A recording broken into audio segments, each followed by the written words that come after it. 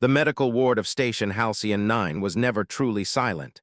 Machines hummed like tired insects, lights flickered with soft blue pulses, and distant alien voices echoed through curved metal halls. Still, compared to the battlefield Elias Mercer had come from, this place felt like a dream that might break if he moved too fast. Elias lay on a floating recovery bed, his left arm wrapped in transparent bandages that glowed faintly as they repaired torn muscle and shattered bone. Human doctors had already done what they could. The rest was handled by the station's medical staff, beings from a dozen worlds trained together under the Interstellar Care Accord. Among them was Nurse Tives. She entered the ward with careful steps, her tall, slender frame moving with practiced calm. Her skin was a deep shade of violet blue, smooth like polished stone. Thin bioluminescent lines ran from her temples down her neck, glowing gently when she focused. Her eyes, large and silver, never stayed in one place for long. On her homeworld, long eye contact was considered aggressive, even intimate. Humans were difficult patients. Tives reviewed the data hovering above Elias' bed. Human male. Severe trauma. Survival probability had been low at intake. Now stable, that alone was unusual. Humans had a reputation across the galaxy. Fragile bodies, reckless bravery, impossible endurance. She adjusted the flow of pain suppressants and prepared to leave quietly. Most patients preferred rest. Then Elias spoke. "Hey, nurse." His voice was weak, rough like sand dragged across metal, but it carried something else. Awareness. Humor, maybe. Tives paused, her fingers tightening slightly around her datapad. "Yes, Patient Mercer," she replied, keeping her tone professional. He turned his head just enough to look at her. His face was pale, marked with healing cuts, but his eyes were awake. Warm, curious. "I just wanted to say, you're doing an amazing job." The words were simple, ordinary, harmless. The effect was not. Tives froze. Her bioluminescent markings flared bright white in a sharp, uncontrolled pulse. Her breathing stuttered. The datapad slipped from her grasp and clattered to the floor. She swayed, one hand grabbing the edge of the bed to steady herself. Elias' eyes widened. "Whoa, hey, I didn't mean, are you okay?" She was not. On her species, world, compliments directed at a caregiver carried deep meaning. Praise was reserved for bonded pairs, elders, or those being offered lifelong trust. Spoken casually, it could trigger intense emotional and neurological responses. And no one had warned the humans. Tives felt heat rush through her body, her secondary heart racing. Her vision blurred at the edges. She tried to speak, but the words tangled inside her throat. She stopped, closed her eyes, and forced a stabilizing breath. Other nurses rushed in, clicking and chittering in alarm. One supported Tives while another checked Elias' vitals. "I swear I didn't touch anything," Elias said quickly.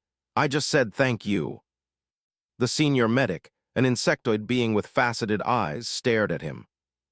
"You issued a personal affirmation," it asked slowly. "Yes," Elias replied, confused. "Is that illegal or something?" The medic sighed in a way that suggested this was going to be a very long shift. Tives was guided to a nearby chair. Her glow slowly dimmed from white to a faint blue. She avoided looking at Elias now, embarrassed beyond words. No patient had ever spoken to her like that, not kindly, not directly, not without command or expectation. Elias watched her, guilt settling in his chest. He had survived orbital fire, crushing gravity, and the vacuum of space. Yet somehow a few gentle words had nearly broken someone. "I'm sorry," he said softly. "Where I'm from, we say nice things when someone helps us. It's respect." That made Tives look up. Respect.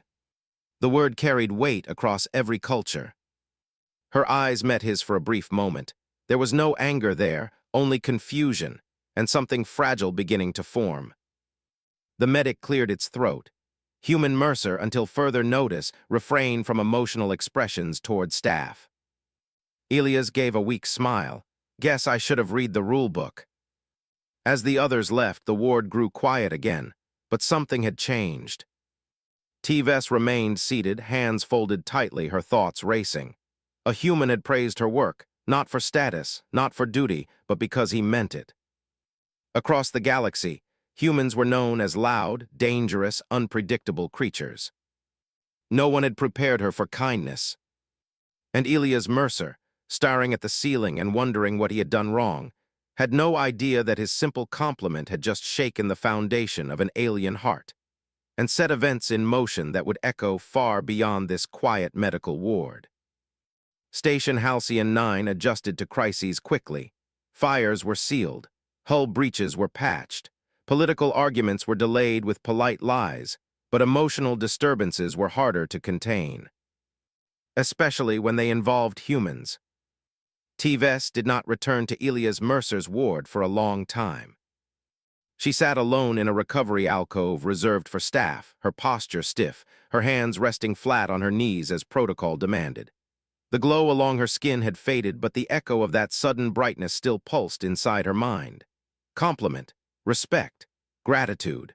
The words replayed again and again, each time stirring the same dangerous warmth in her chest. Across the partition, senior healers discussed her condition in hushed tones. Neurological overload, one said. Cultural misfire, said another.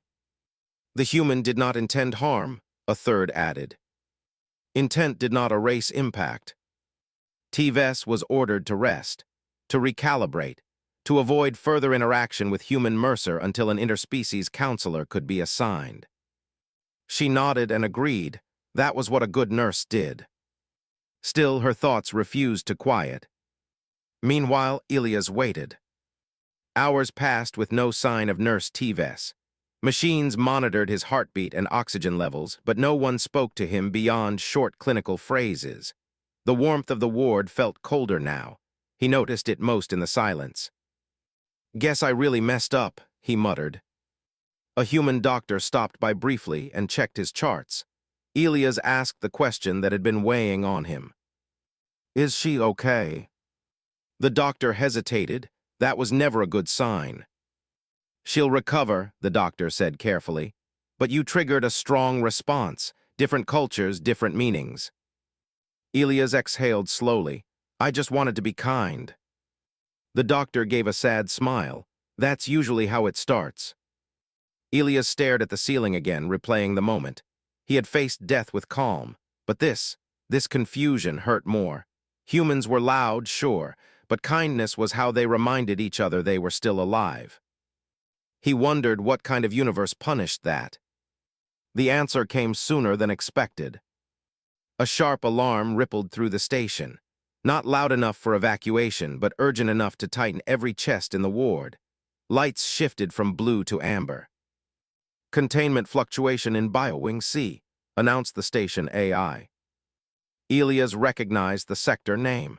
BioWing C was adjacent to medical. Moments later, the station shook. Not hard, not violent, but wrong. Medical equipment flickered. The floating bed dipped slightly before stabilizing. Nurses hurried past the ward doors, voices sharp with concern. Elias tried to sit up. Pain lanced through his side, but he ignored it. What's happening? He called out. No one answered. In BioWing C, a research habitat designed for extreme life species had suffered a partial field failure.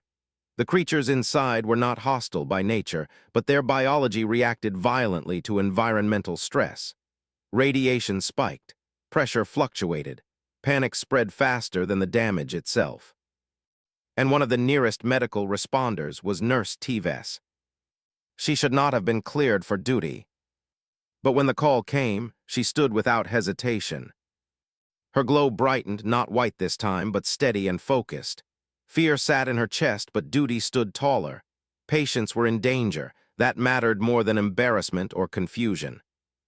She moved through the corridors with speed and precision, assisting where she could, stabilizing injured staff, guiding panicked researchers to safety. Then the secondary breach happened.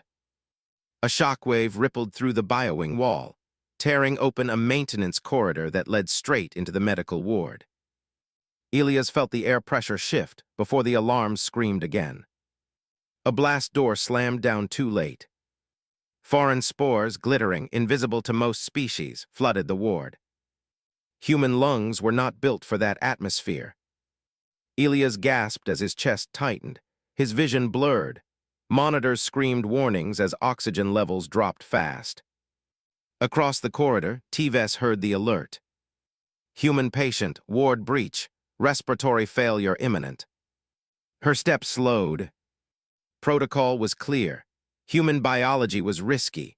Exposure levels were unknown. Entering without proper equipment could overwhelm her system. She remembered the glow, the words, the way his voice had sounded when he said she was doing an amazing job. Respect. Tves made a decision that no medical manual covered. She ran. The door to Elias' ward slid open as she entered, pulling a portable filtration unit behind her. Her glow flared bright blue as she sealed the unit around his bed, feeding him clean air. Elias saw her through the haze. Tves, I'm sorry, he whispered. She shook her head, fingers moving fast, precise. Later, she said, breathe now. The spores burned her skin. Her secondary heart skipped. Pain flared through her nervous system. But she stayed. When backup finally arrived, Elias was alive, stable, breathing. Tves collapsed moments later.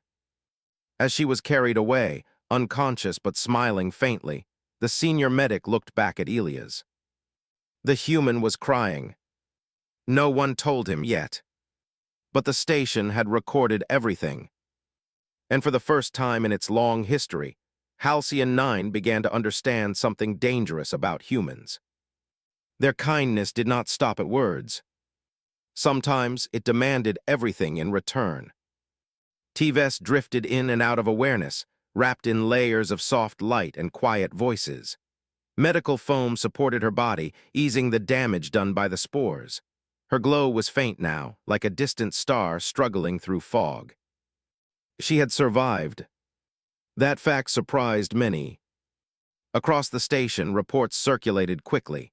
An alien nurse had entered a contaminated ward without full protection. She had saved a human patient at great personal risk.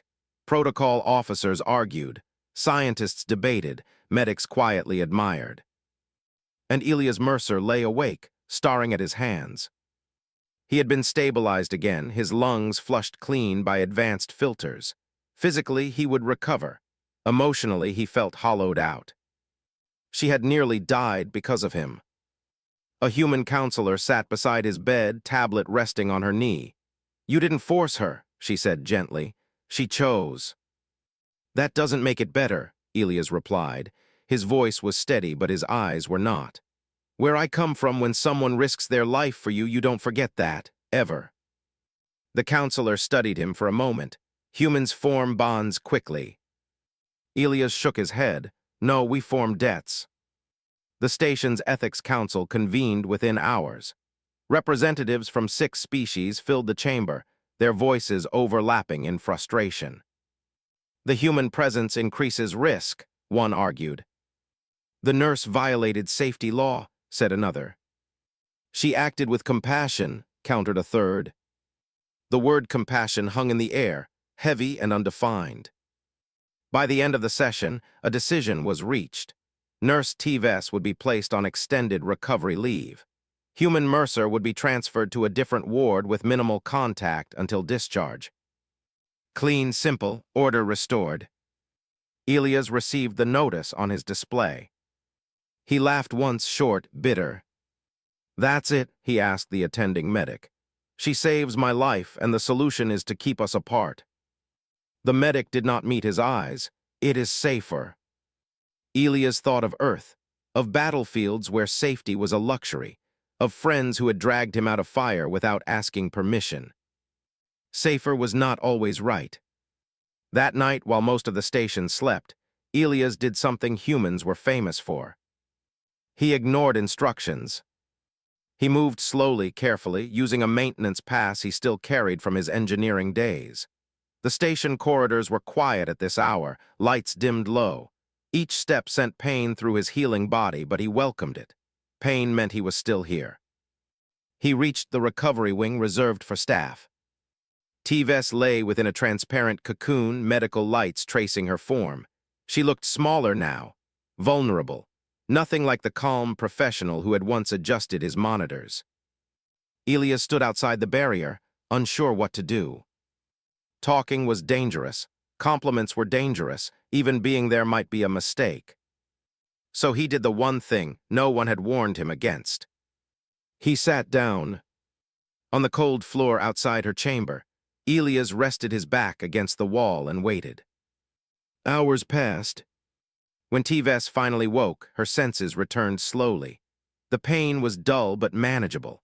The glow along her skin brightened slightly as awareness sharpened. She noticed the human shape outside the chamber. Her heart raced. He was not speaking, not moving, just there. Station rules did not cover this. She activated the chamber's audio field. "Human Mercer," she said softly, "you should not be here." He looked up, relief flooding his face. "I know, I just wanted you to see that you're not alone." Her glow flickered but did not flare. "That is unnecessary," she replied, though the words felt weak. "Maybe," Elias said, "but where I'm from, when someone saves your life, you stay, you watch their back, you don't disappear." Silence stretched between them. Tves studied him, really studied him for the first time. The scars, the exhaustion, the stubborn refusal to leave. "You risk punishment," she said. He nodded, "Worth it." Something inside her shifted. Across the station, sensors registered an unusual pattern, human emotional persistence interacting with alien neural resonance. No alarms sounded. No warnings were issued. No one had programmed for this. Tves rested a hand against the chamber wall. Elias mirrored the gesture on his side. They did not touch. They did not speak again. But the bond formed anyway. And somewhere deep in the station's data core, an annotation was added to humanity's profile. When humans owe a life, they pay it back with presence. The galaxy would soon learn how costly and powerful that could be. Days passed and the station resumed its measured rhythm. Alarms were rare. Corridors hummed with quiet energy. Machines blinked in predictable patterns. Yet for Elias Mercer and Nurse Tves, nothing was predictable anymore. Tves remained on medical leave, though her body healed faster than expected. Her bioluminescent patterns danced softly even while she rested, responding to subtle stimuli in her environment. Her mind, however, could not rest. Every time she recalled Elias' simple compliment, a pulse of warmth raced through her, stronger than any medicine or protocol could suppress. It frightened her. It thrilled her. She could not decide which feeling outweighed the other. Elias, meanwhile, spent his recovery studying the station, reading manuals, and observing alien behavior from his bed. Doctors told him to rest, but rest felt wrong. He had lived through firestorms on 3 different planets. Avoiding observation now would be cowardice. And there was another reason. He needed to understand Tves, not just the nurse, but the alien, the culture, the unspoken rules she followed, and the emotions she hid beneath perfect professionalism. One evening, as artificial twilight dimmed the ward, a small notification blinked on his display. A volunteer program for cross-species rehabilitation had opened. It involved staff and patients working together in low-risk training exercises, movement drills, first aid, teamwork challenges. Humans were encouraged to participate. Nurses on leave could attend as observers or instructors. Elias read the description twice. Then he requested permission to join. "No patient involvement unless medically cleared," replied the automated system. He typed back anyway, "I am cleared. I want to help her recover." It was an audacious move, and the system hesitated, flagging it for review. But by morning, approval came. When he arrived at the training hall, Tves was already present. She had been observing the exercises, cataloging errors in participants' technique. Her glow was subtle but steady, showing focus rather than distress. Elias paused at the door, unsure if approaching her would cause another dangerous emotional reaction. But he remembered the glow, the pulse, the life-risking courage she had shown. That courage demanded respect, and in human terms he would not shy away. He approached slowly, hands visible, voice soft. T-Vess, I wanted to see you. Her head turned slightly, silver eyes narrowing in controlled wariness. You should not be here, she said carefully. Protocol dictates distance, observation only. I am observing, Elia said, just not from a chair, from here. He gestured to the mat beside her station, placing himself at a respectful distance. T-Vess blinked. No human had ever considered distance as part of observation before. Intrigued, she allowed him to stay. The exercises began. Aliens of various species moved through obstacle courses, practiced lifting techniques, and performed teamwork simulations. Elias tried to follow instructions, though his human body lagged behind. T-Vess noticed immediately. She approached, offering adjustments to his stance, subtle hints whispered under her breath. Each time she touched his arm, it was brief and clinical, yet electric with tension. Elias caught himself smiling. I think I'm improving, he said, voice rough but steady. You are slow, T-Vess replied. Her words were crisp, clipped, professional, but there was a flicker in her eyes that she could not hide. Better than dead, Elias countered softly, and she paused. The room seemed to shrink around them. Other participants noticed the interaction but said nothing, uncertain how to interpret the subtle dance of words, gestures, and glances. Hours passed. Sweat-soaked uniforms, lights dimmed, and exhaustion began to claim the participants. Elias, still behind in skill but ahead in understanding, stopped for a moment. He looked at T-Vess. You're amazing at this. Everyone trusts you. The words were careful, neutral, human, but not overwhelming. T-Vess froze, her bioluminescence flaring slightly, though less violently than the first time. Her jaw tightened. She nodded, and for the first time she allowed herself a small smile, not clinical, not polite, real. For the next few minutes, they continued silently, communicating only through brief eye contact, subtle nods, and shared movements. Every correction she gave him was layered with trust. Every effort he made was layered with respect. When the session ended, T-Vess gathered her notes. Elias prepared to leave, but she stopped him. Tomorrow, she said, voice quiet yet steady, you will return. Observation only. Protocol still applies, no words unless necessary. I'll be here, Elias promised. I want to learn from you. The words were simple, but they carried weight. As he left, he glanced back. Her glow lingered in the dim hall, a faint pulse that mirrored his own heartbeat. Something unspoken had passed between them, something stronger than protocol, stronger than caution. And neither of them could ignore it. In a galaxy that demanded rules, regulations, and safety above all else, two beings, human and alien, had begun weaving a connection that no law could fully control. The consequences of that connection, Elias realized, were still unknown. But for the first time in weeks, he felt alive. And T-Vess, deep inside the regulated patterns of her mind, felt something new.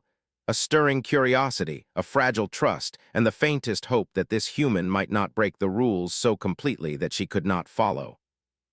The next morning, the training hall smelled of recycled air and antiseptic. Exercise mats lined the floor, and holographic markers flickered along the walls.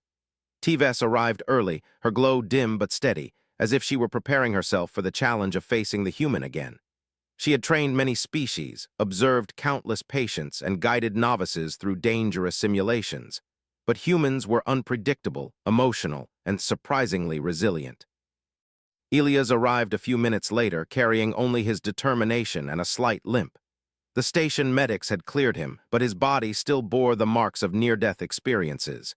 He paused at the doorway, noticing T-Vess watching him. Her silver eyes measured him, calm but curious. The tension in the air was tangible. Good morning, Elias said, voice soft but confident. Protocol requires you to observe only, she replied, tone clipped, her bioluminescence pulsating lightly as she spoke. I'll observe, Elias said, and he meant it, yet the glint of mischief in his eyes betrayed him. The training began. Aliens moved through obstacle courses, executed precise medical simulations, and engaged in teamwork drills. Elias tried to follow, his human reflexes slower than the others, but his focus was unmatched. He watched, memorized, and adapted. T-Vess circulated among the participants, correcting postures, adjusting grips, and offering silent encouragement. When she reached Elia's, she leaned slightly closer to demonstrate a maneuver. The warmth of her presence was unmistakable. For a moment, Elia's froze, forgetting the steps, captivated by the alien precision of her movements. "You are not positioned correctly," she said, her voice firm yet softer than usual. I see," Elia stammered, trying to mask the way his chest raced. Her eyes flickered briefly, and she drew back, maintaining professional distance. But her bioluminescent lines pulsed faster, betraying her own internal struggle. She had trained many, yet no student had ever made her feel like this, like her body and mind were being rewritten by a simple presence. During a break, Elia sat quietly, watching the others perform drills. T-Vess approached, carrying a data tablet.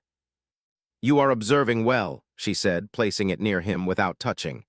"You follow instructions. That is rare for humans." "Thanks," Elia said, grinning. "I like to survive." She stared at him, blinking in mild disbelief. Humor was not a common human trait in recovery exercises, and his light-hearted tone made her chest flutter unexpectedly. "You make mistakes often," she continued, "yet you persist. That is admirable." Elias chuckled softly. "It's kind of our thing, we keep going no matter what." T-Vess tilted her head, studying him. There was something in his resilience that no protocol, no rule, and no training manual could prepare her for. She realized that humans carried a kind of strength that went beyond physical endurance, an emotional durability that could shake her own rigid sense of order. The next drill was a teamwork challenge. Participants had to navigate a series of obstacles while coordinating without verbal commands. T-Vess assigned Elias as a coordinator observer, a role that allowed him to participate minimally but remain engaged. As the group advanced, a sudden mechanical glitch sent a floating platform tilting dangerously. One alien participant lost balance and began to fall. Without hesitation, Elias lunged forward, catching them in time. T-Vess's glow brightened. She had expected humans to fail in reflex-intensive scenarios. Instead, he had reacted instinctively, decisively, and selflessly. "You are reckless," she said afterward, voice almost a whisper. "You could have been hurt again." "I couldn't just watch someone fall," Elias replied, eyes meeting hers. "I've been saved before, I don't forget that. You saved me, remember." The words landed like gentle gravity. T-Vess's glow dimmed slightly, and she turned her gaze away, struggling to maintain composure. She had spent years compartmentalizing emotions, yet here was a human, untrained in alien etiquette, touching her heart in ways no one else ever had. During lunch, they sat in a quiet corner, separated from the group. T-Vess maintained distance, but Elias found subtle ways to engage her. A question about alien healing techniques, a remark about the difficulty of their drills, a shared observation about a clumsy trainee. Each interaction was careful, measured, yet layered with warmth. For the first time, T-Vess allowed herself a flicker of amusement. She laughed quietly at one of his jokes, so soft that it barely registered, yet it resonated deeply with Elias. "Do humans always laugh at small things?" she asked, curiosity threading her tone. "Only when it matters," Elias said, smiling. The simplicity of the answer struck her. Humans did not hide their emotions. They did not overthink consequences in the moment. They acted, felt, and carried the weight afterward. It was reckless, it was dangerous, and somehow it was beautiful. As the session ended, T-Vess gathered her notes. Elias prepared to leave, but she spoke again, quieter this time. "Tomorrow you may participate actively, but follow my guidance closely. Do not act impulsively." "I promise," Elias said. "I'll follow. I want to learn from you." Their eyes met, and for the briefest moment, words were unnecessary. A bond had begun to form, a delicate, invisible tether forged through trust, courage, and unspoken respect. Outside the hall, the station continued its orderly hum. No one could predict what would come next. But Elias Mercer and Nurse T-Vess had taken the first step toward something neither protocol nor culture could contain: the dangerous, unpredictable force of mutual understanding and trust. In that moment, both of them knew that nothing would ever be the same. The following day, the training hall was busier than before. Aliens of multiple species moved through drills with mechanical precision. Machines hummed, holographic markers flickered, and the faint scent of antiseptic lingered. Elias Mercer limped slightly as he entered, but his eyes were focused, determined. Today, he would participate actively, not just observe. Teves stood at the center, her bioluminescent lines glowing faintly, steady but alert. She had spent the night replaying every interaction with the human in her mind. His persistence, courage, and warmth had left impressions she could not ignore. Yet she had to maintain control. Protocols demanded distance. Emotional entanglement was dangerous. "You may begin," she said, her voice calm, precise. "Follow my instructions exactly. Any deviation could be harmful." Elias nodded, understood. The first drill was simple but demanding. Participants had to navigate a zero-gravity obstacle course while coordinating with partners from different species. Humans were unfamiliar with the alien technique of synchronized motion, but Elias had observed carefully. His movements were deliberate, cautious, yet surprisingly effective. Teves watched him closely, adjusting the holographic guidance when necessary. Every correction she gave him was small, subtle, and precise. But Elias noticed the faintest changes in her glow, quick pulses that mirrored her emotional response. He did not comment. Instead, he mirrored her instructions, learning quickly. Halfway through the course, a sudden malfunction sent one of the floating platforms spinning. Another participant, a young insectoid, lost balance and began to fall toward the edge. Without thinking, Elias lunged. His reflexes, honed in combat and survival, kicked in instinctively. He grabbed the creature, stabilized the platform, and guided them both back to safety. Teves's glow flared briefly, an involuntary bright flash. Her heart raced and her secondary pulse accelerated. She stepped closer, hands hovering near his shoulders to offer support, but stopped herself. Humans were fragile in her world's environment. Any touch could trigger stress or worse. "You are reckless," she said sharply, though her tone carried a hint of admiration. "Better than letting them fall," Elias replied. His voice was calm, steady. "You saved me once, I return the favor." The words resonated with her in a way she could not control. She stepped back, her gaze lowering to the mat as her glow dimmed. Protocol screamed at her to maintain distance, yet her chest felt lighter, freer, as though something had shifted inside. After the drill, Teves approached Elias quietly. "Your reflexes are unusual for humans," she said. "You adapt quickly. That is admirable but dangerous if unchecked." "I've had practice surviving," Elias replied, smirking faintly. "And I've learned from someone amazing." She froze. The compliment, subtle, respectful, made her glow pulse again, this time controlled but unmistakable. Her mind raced, emotions swirling. No one had ever spoken to her like this. Not a superior, not a peer, not a subordinate. A human had, with simple words, acknowledged her skill, her courage, her life-saving actions. During the next exercise, Teves paired herself with Elias. She instructed him carefully, her voice firm but patient. As they moved through the simulated terrain together, their coordination improved. She guided him through complex maneuvers, correcting posture, grip, and timing. He followed precisely, learning from her movements and gradually matching her pace.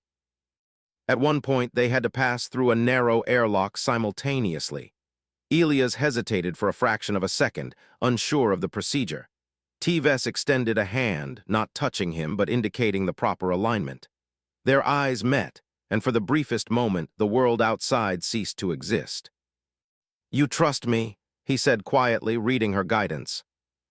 "I follow protocol," she replied, though her pulse betrayed the honesty of her emotions. "Protocol aside," Elias whispered, "I want to make sure you're safe. You risked everything for me." Her glow flared again, brief and bright, and she turned her gaze to the floor, hiding the flush that no human could see.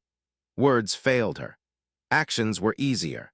She guided him through the final sequence with meticulous care, but her thoughts lingered on him, on the human who had made her feel alive in ways no protocol could predict. By the end of the session, both were exhausted. Sweat glistened on Elias' brow. Teves's glow was soft and steady again. No one else noticed the subtle tension, the shared understanding that had grown silently between them. As they left the hall, Teves spoke, careful and measured. Tomorrow you may challenge me in the advanced drills. Observe carefully, act with caution, and follow my lead. I'll be ready, Elia said, smiling, and maybe I'll surprise you. A flicker of warmth touched Tives's chest. She did not respond immediately, but her glow lingered, pulsing faintly in rhythm with her thoughts. Something had shifted between them, something unspoken, fragile, and powerful. For the first time, both realized that trust and respect could be more dangerous than any combat, more unpredictable than any drill, and far more binding than the strictest protocols of the station. In that quiet, sterile corridor, a human and an alien had begun crossing boundaries that no one had dared define, and neither would stop now. The day of the advanced drills arrived. The training hall buzzed with activity, yet Elias Mercer's attention remained fixed on one figure, Tives. Her glow was steady, a soft silver blue, controlled but bright enough to draw his eyes. She moved with calm authority, directing participants with the precision of someone who had mastered both body and mind. Elias limped slightly as he entered the hall, aware of the weight his human body still carried from previous injuries. Yet every step felt purposeful. Today, he would do more than observe. He would participate fully side by side with the alien nurse who had changed the course of his life. Human Mercer, Tives began, voice calm but firm, today's exercises will challenge reflexes, coordination, and decision-making. Any misstep could endanger others. You must follow instructions precisely. I understand, Elias replied. His tone carried respect but also quiet confidence. The first drill involved navigating a complex zero-gravity obstacle field while responding to dynamic hazards. Other participants moved fluidly, their species-specific adaptations giving them an edge. Elias followed, slower but methodical, eyes sharp, mind calculating. Tives observed closely, her hands hovering near the holographic controls as she guided him subtly. When a sudden shift in the field sent one of the floating platforms spinning, Elias instinctively reached out, steadying it before the trainee aboard could lose balance. Tives's glow flared briefly, her secondary heart racing, but she said nothing, focusing instead on guiding the other participants safely. Her pulse, however, betrayed her admiration. During a break, Elias approached her quietly. You know, he said softly, I never imagined I'd be standing here today learning from someone like you. Tives's gaze flickered briefly. I am your instructor, she said, voice steady but her internal glow betraying a flicker of emotion. Focus on the drills, not personal remarks. He smiled faintly. I'm focused, but it's hard not to notice you. The words were daring, subtle, yet respectful. Tives felt her pulse quicken. She had trained beings from countless species, faced emergencies, and endured the chaos of the galaxy. But humans had a way of bypassing every defensive protocol she had built. One phrase, one glance, and her controlled composure wavered. The next drill tested teamwork. Tives paired with Elias, assigning him as coordinator. They moved through the obstacle course with silent understanding, communicating through gestures and subtle eye contact. Every adjustment she made to his stance, every small correction, was mirrored by his attentiveness. Your timing is improving, Tives noted, tone clipped but a faint warmth underlined the words. I'm learning from the best, Elias said quietly, his gaze soft but unwavering. The exercise ended without incident. Sweat coated their bodies, and exhaustion lingered, but something more remained, a shared awareness that had been forged over weeks of small gestures, silent observation, and unspoken trust. As the hall cleared, Tives turned to Elias. You have exceeded expectations. Your reflexes, coordination, and judgment are remarkable for a human. I only do my best, he said, voice low, because someone believed in me. You believed in me. Her glow pulsed faintly. The words cut through her disciplined mind. She had spent years teaching, instructing, and observing, but no one had ever recognized her courage, her skill, her presence, not like this. Not with sincerity, not with care. Elias stepped closer, careful to respect her space. I know humans can be reckless, he said softly, but sometimes we risk everything for someone who made a difference in our lives. Tives hesitated. Her instincts screamed caution, but something deeper, curiosity, trust, and an unfamiliar warmth moved her forward. She allowed herself a moment, just enough to acknowledge the connection growing between them. In that quiet post-drill hall, words were no longer necessary. Their eyes met, and a bond solidified, a fragile, delicate trust that transcended language, culture, and species. It was a promise unspoken, to protect, to support, and to respect. For Elias, it was a debt repaid not with words, but with presence. For Tves, it was a revelation that compassion, courage, and connection could exist even across the vast divide of worlds. As the hall emptied, both remained a moment longer, breathing in the silence, feeling the uncharted possibility of what lay ahead. The galaxy might not understand, might not approve, but in that instant, human and alien had found something stronger than protocol, stronger than danger, and stronger than fear. They had found each other, and nothing, not even the laws of the station or the dangers of space, could erase that.